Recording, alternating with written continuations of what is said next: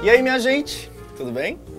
No assunto de hoje, no quadro Aquele Filme Tem História, vamos entender por que a franquia de Toy Story se tornou um clássico na forma de narrar histórias no cinema de animação. Então vem comigo que eu já tô com a minha pipoca aqui prontinho pra começar, viu? Vamos lá!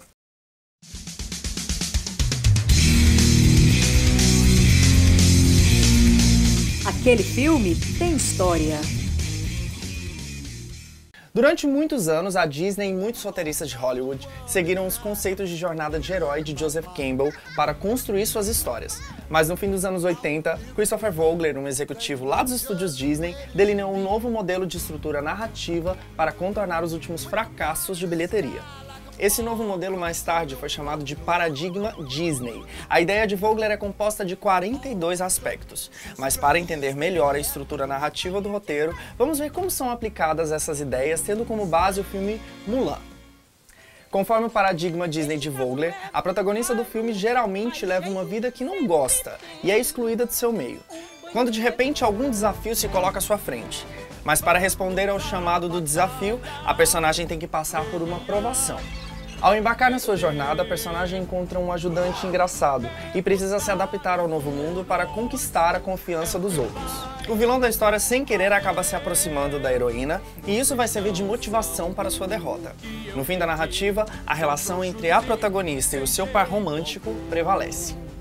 Em suma, o Paradigma Disney é composto dos seguintes aspectos: a protagonista é excluída de seu meio social, a protagonista é selecionada pelo antagonista como instrumento para os seus objetivos, a protagonista supera as dificuldades com o apoio de um parceiro engraçado, o herói enfrenta a reviravolta do vilão, em seu final feliz, a protagonista conquista o par romântico.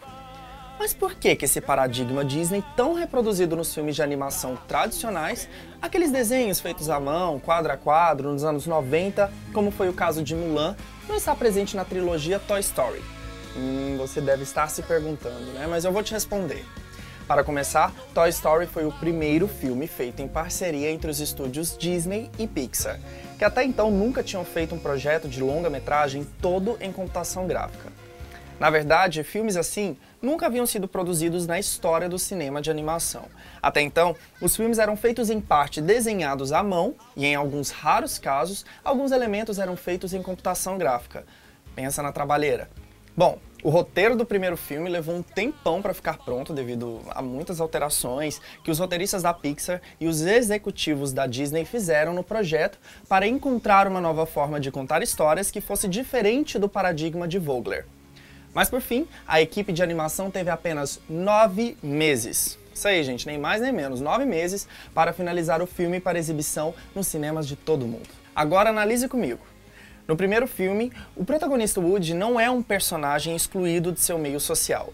Ele nem sonha com uma vida distinta. Na verdade, ocorre justamente o contrário. O cowboy é o brinquedo favorito de Andy, mas sua condição é ameaçada pela chegada do boneco estelar Buzz Lightyear. A trajetória neste primeiro filme consiste em restabelecer a ordem natural daquele universo.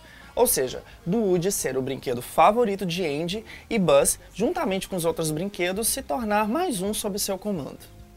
Em Toy Story 2, a característica de alívio cômico, ou seja, sabe aqueles momentos de risada no meio de uma situação muito tensa, ela não é restrita só a um personagem. Ela perpassa por todos os outros em momentos diferentes. O envolvimento com o par romântico, como acontece quando Buzz conhece a peoa Jessie, fica em segundo plano, pois o foco da história acontece entre a amizade dos brinquedos. Por último, em Toy Story 3, não há um grande ápice a conquista de um par romântico, mas sim o triunfo dos brinquedos ao encontrarem um novo lar.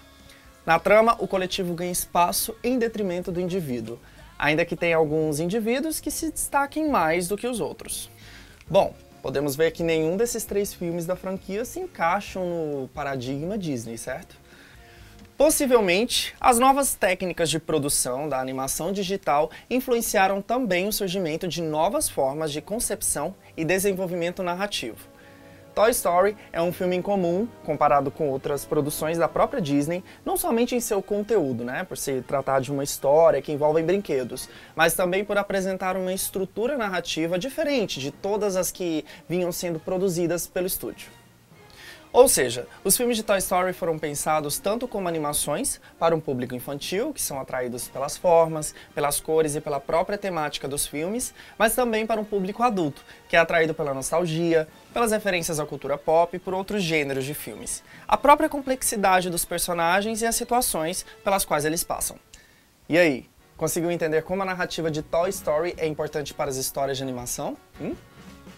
Seu roteiro não se limita apenas ao paradigma Disney e seu universo fantástico. Traz também outros elementos de intertextualidade, como referências de vários ícones da cultura pop.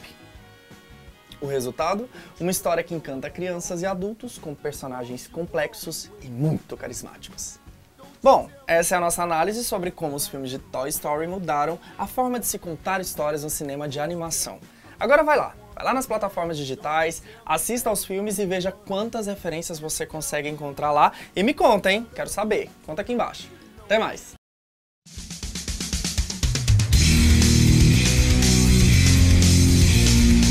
Aquele filme tem história.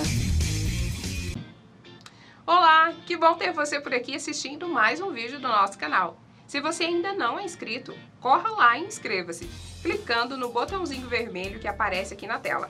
Ative também o sininho e dê o seu like, pois ao deixar o seu joinha, outras pessoas também terão a oportunidade de conhecer o nosso trabalho.